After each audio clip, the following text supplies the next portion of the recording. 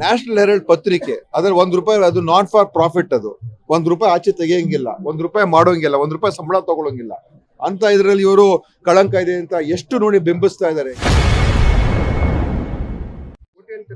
ನೋಡಿ, ಪ್ರಹ್ಲಾದ್ ಜೋಶಿ ಅವರಿಗೆ ಇವತ್ತಿನ ದಿವಸ ಬರೀ ಈ ತರದೇ ತಗೊಳ್ಳೋದು ಮಾತಾಡೋದೇ ಆಗೋಗಿದೆ ಮತ್ತು ಬಿಜೆಪಿ ಅವ್ರಿಗೆ ಇದೇ ಆಗೋಗಿದೆ. ಈ ಎಲೆಕ್ಟ್ರಲ್ ಬಾಂಡ್ಸ್ ಅಲ್ಲಿ ₹1,000 ಕೋಟಿ ಲೂಟಿ ಮಾಡ್ಬಿಟ್ಟು ಯಾರ ಹತ್ರ ಏನೇನು ಇಸ್ಕೊಂಡಿದ್ರೆ ಯಾರಿಗೂ ಕೂಡ ಗೊತ್ತಿಲ್ಲ. ಇಡೀ ದೇಶದ ದೊಡ್ಡ ಮೋಸ ಅದು ಎಲೆಕ್ಟ್ರಲ್ ಬಾಂಡ್ಸ್. PM ಕೇರ್ಸ್ ಅಂತ ಅನೌನ್ಸ್ ಮಾಡಿ ಎಲ್ಲರ ಹತ್ರನು ಕೂಡ ಗೌರ್ಮೆಂಟ್ ಎಂಪ್ಲಾಯೀಸ್ ಇಂದ ಎಲ್ಲರ ಹತ್ರನು ಕೂಡ ಇದು ಗೌರ್ಮೆಂಟ್ ಟ್ರಸ್ಟ್ ಅಂತ ಹೇಳಿ ದುಡ್ಡು ಇಸ್ಕೊಂಡ್ರು.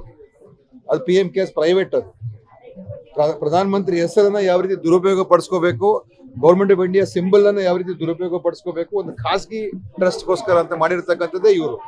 ಅದ್ರಲ್ಲಿ ₹1,000 ಕೋಟಿ. ಇದು ನ್ಯಾಷನಲ್ ಹೆರಾಲ್ಡ್ ಇತಿಹಾಸ ಇರುವಂತ ಪತ್ರಿಕೆ, ಸ್ವತಂತ್ರ ಸಂಗ್ರಾಮದಲ್ಲಿ ಭಾಗವಹಿಸಿರ್ತಕ್ಕಂಥ ಪತ್ರಿಕೆ. ಅದಕ್ಕೆ ಒಂದು 2 ಕೋಟಿನೋ ಏನೋ ಅಡ್ವರ್ಟೈಸ್ಮೆಂಟ್ ಕೊಟ್ಟಿದ್ದಕ್ಕೆ ಇವ್ರು ದೊಡ್ಡ ಇಶ್ಯೂ ಮಾಡ್ತಾರೆ ಅಂತ ಹೇಳಿದ್ರೆ ಮಾಧ್ಯಮದವ್ರು ನೀವು ಅರ್ಥ ಮಾಡ್ಕೋಬೇಕು. ಇವ್ರ ಉದ್ದೇಶ ಡೈವರ್ಟ್ ಮಾಡ್ಬೇಕು ಇಶ್ಯೂಗಳನ್ನ ಅಷ್ಟೇ. ಎಲ್ಲೋ ಒಂದ್ ಕಡೆ ಕಳಂಕ ಇಲ್ಲದೆ ಇರೋ ಜಾಗದಲ್ಲೂ ಕೂಡ ಕಳಂಕ ತರಬೇಕು ಅಂತ ಇವರು ₹1,000 ಕೋಟಿ ಲೂಟಿಯನ್ನು ಮಾಡಿರ್ತಕ್ಕಂಥ ಎಲೆಕ್ಟ್ರಲ್ ಬಾಂಡ್ಸ್, PM ಕೇರ್ಸ್ ಮತ್ತು ಇಡೀ ದೇಶದ ಆಸ್ತಿಯನ್ನೇ ಇವತ್ತಿನ ದಿವಸ ಕೆಲವು ಜನರ ಕೈ ಕೊಡ್ತಾ ಇದ್ದಾರೆ. ಅದು ದೊಡ್ಡ ಇಶ್ಯೂ. ಯಾವ್ದೋ ಇದು ಇಟ್ಕೊಂಡು ಇವರು ಸುಮ್ಮನೆ ಲೀಗಲ್ ಆಗಿ ಕೊಟ್ಟಿರ್ತಕ್ಕಂಥ ಒಂದು ಒಳ್ಳೆಯ ಪತ್ರಿಕೆ ಮತ್ತು ಹೆಸರುವಾಸಿಯಾದ ಪತ್ರಿಕೆ ಕೊಟ್ಟಿರ್ತಾರೆ.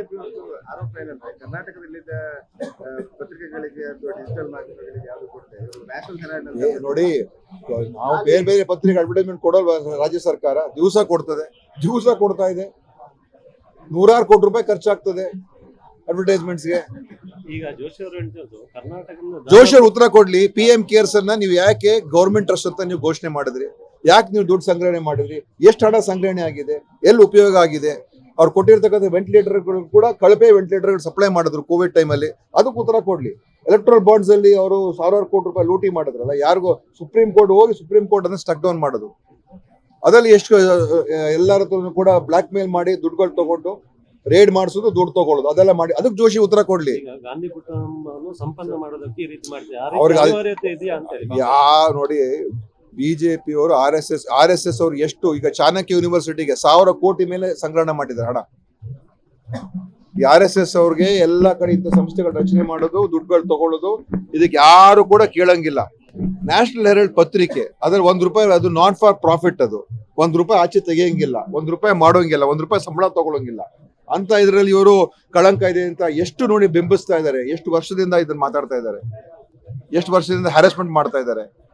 ಅವ್ರನ್ನ ಕರೆಸಿ ರಾಹುಲ್ ಗಾಂಧಿ ಅವ್ರನ್ನ ಇಡೀ ದಿವಸ ED ಮುಂದೆ ಕಚೇರಿ ಕೂರಿಸಿ, ಸೋನಿಯಾ ಗಾಂಧಿ ಅವ್ರನ್ನ ಕರೆಸಿ, ರಾಹುಲ್ ಗಾಂಧಿ ಅವ್ರನ್ನ ಯಾವ್ದೋ ಒಂದು ಕೇಸಲ್ಲಿ ಅವ್ರಿಗೆ ಡಿಸ್ಕ್ವಾಲಿಫೈ ಮಾಡಿಸಿ ಪಾರ್ಲಿಮೆಂಟ್ ಇಂದ. ಈ ತರ ಮಾಡ್ತಕ್ಕಂಥ ಸೇಡಿನ ಕೀಳ ಮಟ್ಟದ ರಾಜಕಾರಣ ಜೋಶಿ ಅವರು ಸ್ವಲ್ಪ ತಿಳ್ಕೊಂಡು ಮಾತಾಡ್ಬೇಕು, ಆಯ್ತಾ? ದ್ವೇಷ ಇದು ಇವ್ರು, ಯಾಕಂದ್ರೆ ಮಾಧ್ಯಮ ಅವ್ರ ಜೊತೆಲಿ ಇದೆ. ಯಾವ ಪ್ರಶ್ನೆ ಕೇಳ್ಬೇಕು ಮಾಧ್ಯಮ ಅವ್ರನ್ನ ಕೇಳೋದಿಲ್ಲ, ನಮ್ಮನ್ನ ಮಾತ್ರ ಕೇಳ್ತಾರೆ ಅಷ್ಟೇ ಮಾಧ್ಯಮ. ಅವ್ರನ್ನ ಕೇಳಿ ನೀವು PM ಕೇರ್ಸ್ ಅಲ್ಲಿ ನೀವು ಹೆಂಗೆ ಅದನ್ನ ನೀವು government of India symbol use ಮಾಡ್ತಾ ಇದ್ದೀರಾ? ಹೇಗೆ ನೀವು ದುಡ್ಡನ್ನು ಸಂಗ್ರಹಣೆ ಮಾಡಿದ್ರಿ?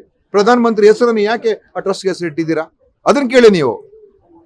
ಅದಕ್ಕೆ ಜೋಶಿ ಅವರು ಉತ್ತರ ಕೊಡ್ಲಿ.